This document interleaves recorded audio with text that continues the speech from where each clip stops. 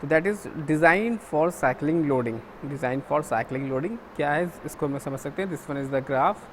This graph is shows that is stress megapascal in units, and there are the value of 0 to plus 300 and minus 300. This is the region, and this one is the time. So on x axis that is the representative of time, and y axis represent the stress. This is the pure cyclic stresses diagram. First, that is completely reversing cycle stress and endurance strength. A purely reversing or cyclic stress means when the stress alternates between equal positive and negative peak stress. That is equal positive and negative peak stress sinusoidally during each cycle of operation. In this diagram, the stresses varies with the time between plus 250 MPa plus 250 MPa and to minus 250 MPa. यहाँ पे आप देख सकते हो there have plus 250 MPa। यहाँ पे अगर आप इसको देखोगे तो यहाँ पे आप देखोगे तो ये 200 और 300 के बीच में है, तो this one is the 250, and यहाँ पे माइनस 300 और 200 है, that is the centre point, that is minus 250। तो यहाँ पे साफ साफ बता रहा है कि इस डायग्राम में जो स्ट्रेस वेरीज कर रहा है, जो उसका with in the time between कितना होगा 250 MPa से माइनस 250 MPa के बीच में है। This kind of cyclic stress is developed in many rotating machine parts. यहाँ पे साफ साफ इंडिकेशन कर रहा है कि साइक्लिक स्ट्रेसेस डेवलप हो गए actually in many rotating machine parts में that are carrying a constant bending load. तो यहाँ से आपको क्लियर हो गया कि this kind of cyclic stress कहाँ डेवलप होगा, is developed in many rotating machine parts that are carrying a constant bending load.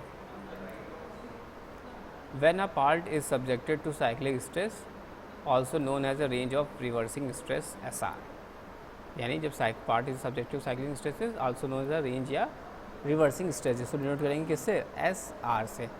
It has been observed that the failure of the part occurs after number of stress reversible even if the magnitude of SR is below the material's yield strength. Generally, higher the value of SR, lesser N is needed for failure. तो यहाँ पे जो एक data हम लोग मिलेगा, हमें data बनाते हैं जो कि with the help of graph. यहाँ पे आप देख सकते हो कि नंबर ऑफ स्ट्रेसेस रिवर्सिबल, यहाँ पे हमने देखा कि यहाँ पे एक्चुअली है क्या स्ट्रेस ऑफ रिवर्सिबल, कि यहाँ पे जब part is subject to cyclic stress also known as the range of yes reversing stress is been observed the failure of the part of occurs after a number of stress reversible. So this one is the number of cyclic stresses SR. This one is the SE value, that is 4000, and this one is the number of stress reversible capital N. This is the typical diagram of SN curve, and the value is ranged at 80,000, 70,000, 60,000, 50,000 and onwards goes, and this one is the mean. इसको हम देखेंगे यहाँ पर कैसे क्या हो रहा है यहाँ पे कि नंबर ऑफ साइक्लिक स्ट्रेसेस यहाँ पर देखेंगे तो 1000 के लिए इतना 81,000 PSI है और 2000 के लिए 75465 है। These are the value and there have a cyclic stress for failure, यानी इतने नंबर ऑफ रिवर्सल पर इतना हमें साइक्लिक स्ट्रेस फेलियर या SR की वैल्यू है वो PSI में मिल रही है। तो यहाँ पर आप देख सकते हैं that is the for typical material that the time. The table and the graph SN curve shows the relationship between the magnitude SR and the number of stresses reversible before the failure of the part. For example, if a part were subjected to SR की value हमने put कर दी 81,000 PSI, then would be fail after the N की value कितनी हो जाएगी 1000 stress reversible, and if the some part is subjected to SR की value हमने put कर दी 61024 PSI, तो it can be survive up only कितनी revolution, that is just N की value 16,000 reversal and it's on. तो यहाँ पे आपको क्लियरिफाई हो गया कि कितना वो सर्वाइव कर पाएगा।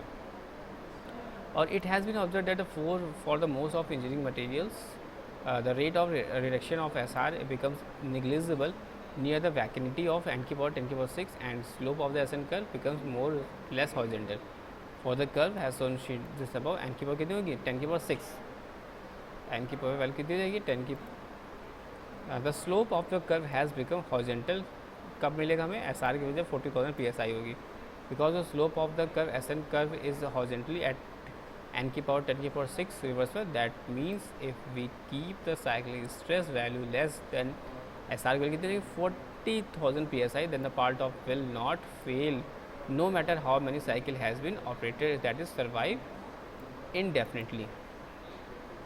तो आगे बात करते हैं कि the maximum completely reversing cyclic stress that a material can withstand for identified या infinite number of stress reversal is known as fatigue strength या endurance strength of the part material. This is essentially for the max completely reversing cyclic stress that a material can withstand for n की power कितना होगा 10 की power 6 or more as the curve is horizontal after this point. For this example, SN curve shown above, SE की value जाएगी 40,000 PSI. Factors affecting the fatigue strength. Factor affecting the fatigue strength, तो यहाँ पे आप समझ सकते हैं कि जो दैट इज़ जो यहाँ पे आप समझ सकते हैं कि जो फेलियर होता है caused by cyclic stress is called fatigue failure, और जो फटीग फेलियर होता है वो ओरिजिनेट होता है from a micro crack that is brittle failure due to stress concentration effect the surface irregularities or minutes of irregularities such as the grinding scratches, tool marks, inspection, stamping. The stamp spot and numbers of your surface scales may be produce a high value for the stress due to the stress concentration and serve as the starting point for the micro crack, which progressively increase until the part breaks into a two pieces similar to a brittle fracture, and there are no plastic deformation is observed in the failure surface.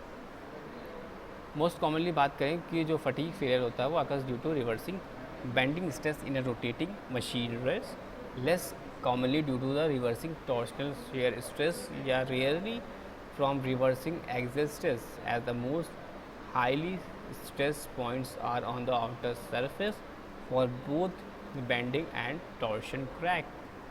Torsion crack originate from the outer surface and progressively inverts. As a consequence of this a weak decarburized layer from the outer surface of the heat treated parts often produce a low endurance limit. तो यहाँ पर हमने देख लिया कि endurance limits कितना important है for the fatigue. Since fatigue crack जो है हम कह रहे since fatigue cracks are due to tensile stress, residual stress on the surface of the parts constitutes a fatigue hazard. Such a residual tensile stress, for example, arises from a cold working operation on the part without stress reviling. Parts that are finished by grinding, frequently have a thin surface layer with a high residual stress in tension. Such residual stress combined with the tensile stress from loading may be give a resultant stresses sufficiently treat cause of fatigue crack to start. तो आगे क्या हो रहा है, आगे that is बता रहा है कि एलिब्रेट कर रहा है कि एनी रेजिडुअल स्ट्रेस जो होगा वो stress on the surface should be remove होगा और बेटर स्टिल होगा converted into a layer of या कंप्रेशन. शॉर्ट ब्लास्टिंग या शॉर्ट पीलिंग ऑपरेशन जो होंगे वो can be induce residual compressive residual stresses on surface, and also nitrated and carburized parts have residual comprehensively stresses on the surface. Residual comprehensive stresses on the surface will be reduce the tensile stresses from the load and thus help us to improve the fatigue characteristics on this part. Sandblasting is the part of should be avoided since the stretches serves as stress riser. And the fundamental measures of fatigue performance for a failure is the endurance limit for a plain polished specimen. Because of the brittle nature in the failure, the endurance limit of a material is closely related to the UTS, यानी आपका ultimate tensile strength SU rather than the yield strength SYP. तो इसको हम लोग देखेंगे अलग अलग diagrams में यहाँ पे इंडिकेशन करते हैं. तो यहाँ पे बात करते हैं डिज़ाइन ऑफ फटीग स्ट्रेसेस की. तो किस तरह से डिज़ाइन करते हैं, यहाँ पर हमें स्ट्रेस लेवल को देखना होगा.